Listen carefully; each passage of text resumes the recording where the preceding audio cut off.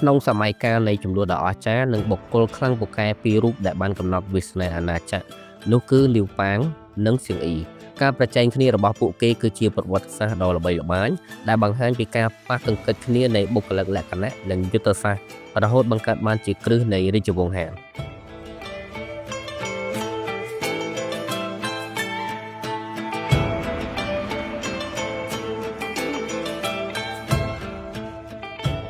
សាច់រឿងចាប់ផ្ដើមនៅចុងសតវត្សទី3មុនគ្រិស្តសករាជបន្ទាប់ពីអធិរាជឈិនស៊ីហួងបានបង្រួបបង្រួមចិនប៉ុន្តែរាជវង្សរបស់ទ្រង់បានដួលរលំទៅវិញយ៉ាងឆាប់រហ័សដោយសារការបោះបោររបស់ប្រជារាស្ត្រនិងមហិច្ឆតារបស់មេទ័ពនានាពីខាងក្នុងនៃភាពច្របូកច្របល់នេះតួអង្គសំខាន់ពីរបានលេចមុខឡើងទី1គឺសៀងអ៊ីវីរៈបរោះត្រកូលអភ័យជនដ៏មានអំណាចសៀងអ៊ីចាប់កំណើតក្នុងត្រកូលអភ័យជនដ៏ខ្ពង់ខ្ពស់ជាកូនចៅរបស់មេទ័ពដ៏ល្បីល្បាញនៃនគរឈូសៀងអ៊ីគឺជាមនុស្សដែលមានកម្លាំងបាយមហិមាមានទេពកោសល្យធម្មជាតិជាអ្នកដឹកនាំនិងជាអ្នកយុទ្ធសាស្ត្រយោធាដ៏ប៉ិនប្រសប់គាត់ត្រូវបានគេស្គាល់តាមរយៈភាពកាចសាហាវក្នុងសមរភូមិដោយតែងតែដឹកនាំទ័ពនៅជួរមុខគេបង្កើតភាពភ័យខ្លាចដល់សត្រូវទោះជាយ៉ាងណាសៀងអ៊ីក៏មានចំណុចខ្សោយដ៏ធំធេងដែរគឺភាពអំនួតនិងចរិតឆេវឆាវគាត់ពិបាកក្នុងការពង្រឹងទំនាក់ទំនងការទូតហើយជារឿយៗតែងតែធ្វើឲ្យសម្ព័ន្ធមិត្តឃ្លាតឆ្ងាយពីខ្លួនដោយសារភាពក្រអិតក្រទមនិងមិនទុកចិត្តលើអ្នកដទៃទី2គឺលាវប៉ាងជាត្រកូលកសិករដ៏ឆ្លៀសវៃផ្ទុយស្រឡះពីសៀងអ៊ីយើងមានលាវប៉ាងគាត់មានដើមកំណើតជាកសិករសាមញ្ញនិងធ្លាប់ធ្វើជាមន្ត្រីតូចតាចក្នុងភូមិម្នាក់លាវប៉ាងមិនមែនជាអ្នកមានកម្លាំងខ្លាំងក្លាឬជាអ្នកពូកែយុទ្ធសាស្ត្រតាំងពីដំបូងឡើយប៉ុន្តែកម្លាំងរបស់គាត់ស្ថិតនៅត្រង់ភាពឆ្លៀសវៃសមត្ថភាពក្នុងការទាក់ទាញមនុស្សពូកែឲ្យមកជួយខ្លួននិងភាពអត់ធ្មត់មិនងាយបោះបង់លាវប៉ាងគឺជាចៅហ្វាយនៃការគ្រប់គ្រងមនុស្សគាត់ចេះបែងចែកការងារចេះលើកទឹកចិត្តនិងអ្វីដែលសំខាន់បំផុតនោះគឺគាត់ចេះរៀនសូត្រពីកំហុសរបស់ខ្លួនឯងខណៈពេលដែលសៀងអ៊ីពឹងផ្អែកលើកម្លាំងបាយនិងភាពក្លាហានផ្ទាល់ខ្លួនលាវប៉ាងពឹងផ្អែកលើការទូតនិងកម្លាំងរួមនៃការងារដ៏ចម្រុះរបស់គាត់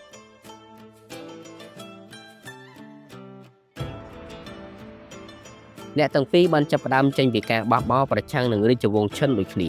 សៀងអ៊ីបានក្លាយជាមេដឹកនាំលេចធ្លោជាងគេយ៉ាងឆាប់រហ័សតាមរយៈជ័យជំនះក្នុងសមរភូមិដ៏ធំដូចជាសមរភូមិជឿលូកជាដើមបន្ទាប់ពីការដួលរលំនៃរាជវង្សឈិនសៀងអ៊ីបានបែងចែកអាណាចក្រជា18នគរហើយបានប្រកាសខ្លួនឯងថាជាមហាក្សត្រនៃនគរឈូខាងលិចចំណែកលាវប៉ាងវិញគាត់ជ្រើសរើសវិធីសាស្ត្រដែលមិនសូវប្រឈមមុខដាក់គ្នាគាត់ព្យាយាមជៀសវាងការវាយប្រហារចំជាមួយកងទ័ពឈិនដែលខ្លាំងប៉ុន្តែបែរជាទៅគ្រប់គ្រងតំបន់យុទ្ធសាស្ត្រសំខាន់ជំនួសវិញ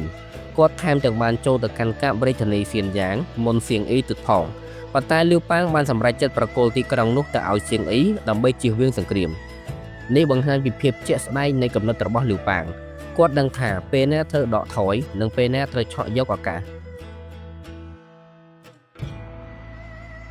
ចំណែកឯរបៀបដែលពួកគេគ្រប់គ្រងនគរវិញសៀងអ៊ីនៅតែមានផ្នែកគំនិតជាអ្នកចម្បាំងច្រើនជាងអ្នកដឹកនាំគាត់គ្រប់គ្រងដោយប្រើអំណាចដាច់ខាតនិងការគំរាមកំហែង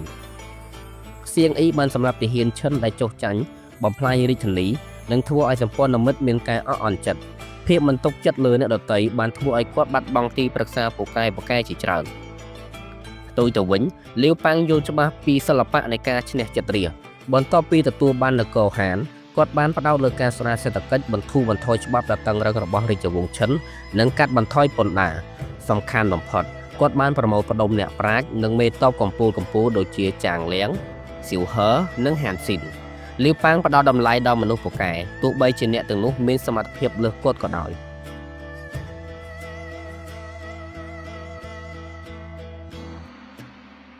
ព្រឹត្តិការណ៍ដ៏ល្បីល្បាញបំផុតមួយគឺពិធីជប់លៀងនៅហុងមិនទីប្រឹក្សារបស់សៀងអ៊ីបានជំរុញឲ្យគាត់សម្លាប់លាវប៉ាងក្នុងពិធីនោះដើម្បីកម្ចាត់សត្រូវនាពេលអនាគតប៉ុន្តែដោយសារតែភាពអំនួតនិងការស្ទាក់ស្ទើរសៀងអ៊ីបានបណ្ដោយឲ្យលាវប៉ាងគេចខ្លួនបាត់នេះគឺជាកំហុសយុទ្ធសាស្ត្រដ៏ធំបំផុតរបស់សៀងអ៊ីនៅទីបំផុតក្នុងសមរភូមិកៃសៀឆ្នាំ202មុនគ្រិស្តសករាជកងទ័ពរបស់លាវប៉ាងក្រោមការដឹកនាំរបស់មេទ័ពហានស៊ិនបានឡោមព័ទ្ធកងទ័ពសៀងអ៊ីនៅយប់នោះលាវប៉ាងបានប្រើអបាយកលឲ្យទាហានច្រៀងចម្រៀងស្នេហាជាតិរបស់នគរឈូដើម្បីធ្វើឲ្យទាហានសៀងអ៊ីនឹកផ្ទះនិងបាក់ទឹកចិត្តស សៀងអ៊ីដែលធ្លាប់តែខ្លាំងមិនដែលចាញ់បានសម្រេចចិត្តធ្វើអត្តឃាតនៅមាត់ទន្លេអ៊ូជាងជាងការចុះចាញ់លាវប៉ាងបានទទួលជ័យជំនះនិងបង្កើតរាជវង្សហានដែលត្រូវបានគ្រប់គ្រងប្រទេសចិនអស់រយៈពេលជាង4សតវត្សរ៍លាវប៉ាងបានក្លាយជាអធិរាជហានកៅឈូដែលជាអធិរាជចេញពីត្រកូលកសិករសាមញ្ញរឿងរ៉ាវរបស់លាវប៉ាងនិងសៀងអ៊ីផ្ដល់មេរៀនអំពីការដឹកនាំដែលមិនចេះហួសសម័យកាលសៀងអ៊ីបរាជ័យដោយសារខ្វះចក្ខុវិស័យនយោបាយនិងភាពអំនួតផ្ទាល់ខ្លួនចំណែកលាវប៉ាងទោះបីជាមិនពូកែខាងចម្បាំងក៏គាត់បានជោគជ័យតាមរយៈភាពដាក់ខ្លួនសុភវិនិច្ឆ័យនិងសមត្ថភាពក្នុងការរួបរวมមនុស្សគាត់មិនមែនគ្រាន់តែជាអ្នកច្បាំងដណ្ដើមអាណាចក្រនោះទេប៉ុន្តែគាត់គឺជាអ្នកកសាងប្រព័ន្ធគ្រប់គ្រងមួយដ៏រឹងមាំ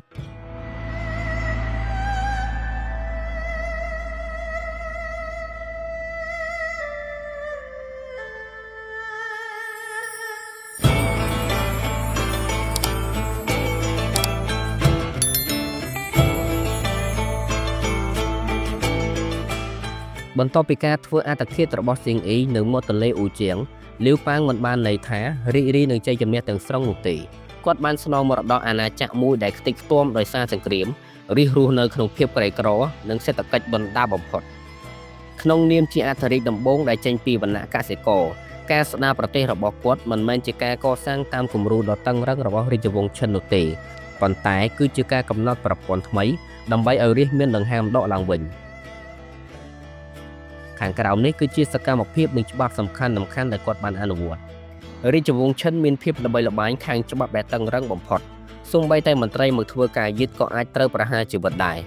លាវប៉ាងបានលុបចោលច្បាប់ដ៏សាហាវរាប់ពាន់ចំណុចនៃរាជវង្សឈិនហើយជំនួសមកវិញនូវច្បាប់3ខដើម្បីឲ្យងាយយល់និងមានភាពយុត្តិធម៌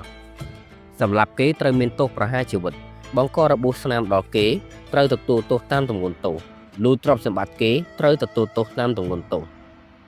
ការធ្វើបែបនេះគឺជាសញ្ញាបង្ហាញទៅរាជថាយុគសម័យនៃការគ្រប់គ្រងដោយភាពភ័យខ្លាចបានបញ្ចប់ហើយលាវប៉ាងបានប្រើទស្សនវិជ្ជាហួងឡាវដែលជាគ្រឹះនៃលទ្ធិតៅគោលគំនិតចម្បងគឺអសកម្ម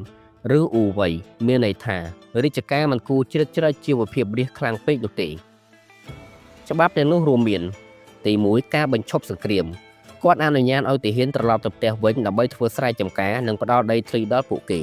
ទី2ការកាត់បន្ថយពន្ធគាត់បានបញ្ចុះពន្ធដីយ៉ាងខ្លាំងមកត្រឹមប្រហែល 1/15 នៃទិន្នផលដើម្បីលើកទឹកចិត្តដល់ការដាំដុះនិងទី3ការដោះលែងទេសកលរាជដែលបានលក់ខ្លួនជាទេសកលដើម្បីគេចពីភាពអត់ឃ្លានក្នុងសម័យសង្គ្រាមត្រូវបានប្រកាសឲ្យមានសេរីភាពឡើងវិញលាវប៉ាងបានប្រឈមនឹងបញ្ហាថាតើគួរប្រើប្រព័ន្ធប្រមូលផ្ដុំអំណាចដោយឈិនឬប្រព័ន្ធសក្តិភូមិដោយឈូជាចុងក្រោយលាវប៉ាងក៏បានជ្រើសរើសផ្លូវកណ្ដាលភាគខាងលិចនៃអាណាចក្រត្រូវបានបែងចែកជាខេត្តក្រុងដែលគ្រប់គ្រងផ្ទាល់ដោយអធិរាជ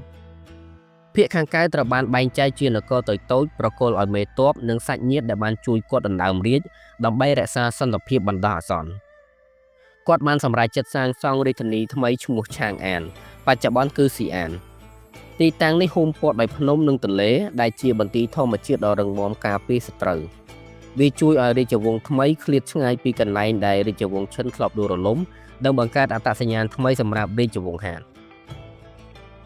នៅភាគខាងជើងក៏សម្ព័ន្ធសៀងនូគឺជាការគំរាមកំហែងយ៉ាងខ្លាំងបន្ទាប់ពីស្ទើរតែត្រូវគេចាប់ខ្លួនក្នុងសមរភូមិមួយលាវប៉ាងយល់ថាប្រទេសជាតិហត់នឿយពេកមិនអាចធ្វើសង្គ្រាមធំបានទៀតទេគាត់បានចាប់ផ្ដើមនយោបាយហឺឈិនគឺការរៀបអភិសេកដើម្បីសន្តិភាពគាត់បានបញ្ជូនបុត្រីឬសាច់ញាតិទៅរៀបការជាមួយមេដឹកនាំសៀងនូនិងផ្ញើជំនួយជាសូត្រស្រានិងស្បៀងអាហារដើម្បីបដូរយកសន្តិភាពទៅតាមព្រំដែន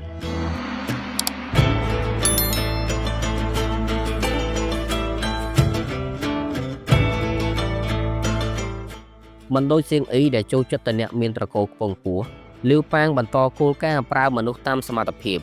លាវប៉ាងបានពឹងផ្អែកលើកំពូលវរៈបរោះទាំង3រួមមានសៀវហឺជាអ្នកគ្រប់គ្រងរដ្ឋបាលនិងច្បាប់ចាងលៀងជាអ្នករៀបចំយុទ្ធសាស្ត្រនយោបាយហានស៊ីនកំពូលមេតបដែលមិនដែលចាញ់ក្នុងសមរភូមិសរុបមករាជការរបស់លាវប៉ាងត្រូវបានដឹកនាំដោយភាពប្រកបនិយមលាវប៉ាងមិនបានតាំងខ្លួនធ្វើជាស្ដេចអាទិទេពនោះទេប៉ុន្តែគាត់បានបង្កើតប្រព័ន្ធមួយដែលអនុញ្ញាតឲ្យប្រជាជនចិនបានសម្រាកនិងកសាងជីវភាពឡើងវិញដែលជាគ្រឹះធ្វើឲ្យរាជវង្សហានរឹងមាំអស់រយៈពេលជាង400ឆ្នាំ